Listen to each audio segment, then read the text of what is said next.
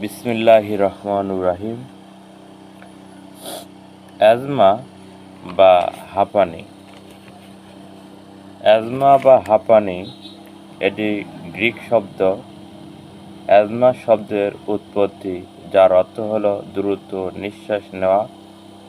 Asthma এমন একটি অবস্থা যাতে ফুসফুসের বায়ুনালী আক্রান্ত হয়। অ্যাজমা আক্রান্ত হলে ফুসফুসের বায়ুবাহী নালী অত্যাধিক সংবেদনশীল হয়ে যায় এবং সহজে ফুলে ওঠে ও প্রদাহিত হয়, ফলে বায়ু চলাচল বাধাগ্রস্ত হয়।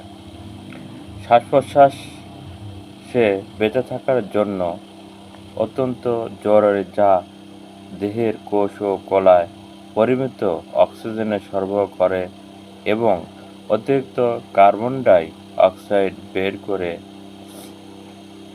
দেয়। বায়ুমণ্ডলীয় অক্সিজেন নিঃশ্বাসের মাধ্যমে শ্বাসতন্ত্রের শ্বাসনালী, ব্রঙ্কাই বা ব্রঙ্কিওল, পেরিয়ার, সবচেয়ে অ্যালভিওলাই বা বায়ুকুটিতে পৌঁছায়। সেখানে গ্যাসের আদান-প্রদান সম্পন্ন হয়।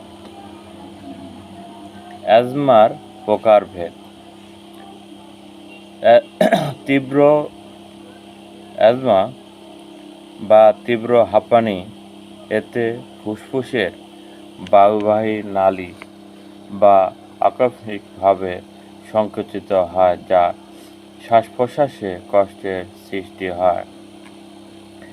দীর্ঘমেয়াদী হাঁপানি, এতে ঘন ঘন অ্যাজমা আক্রান্ত হয় এবং রোগ নিয়ন্ত্রণ ও প্রতিরোধে চিকিৎসার প্রয়োজন পড়ে।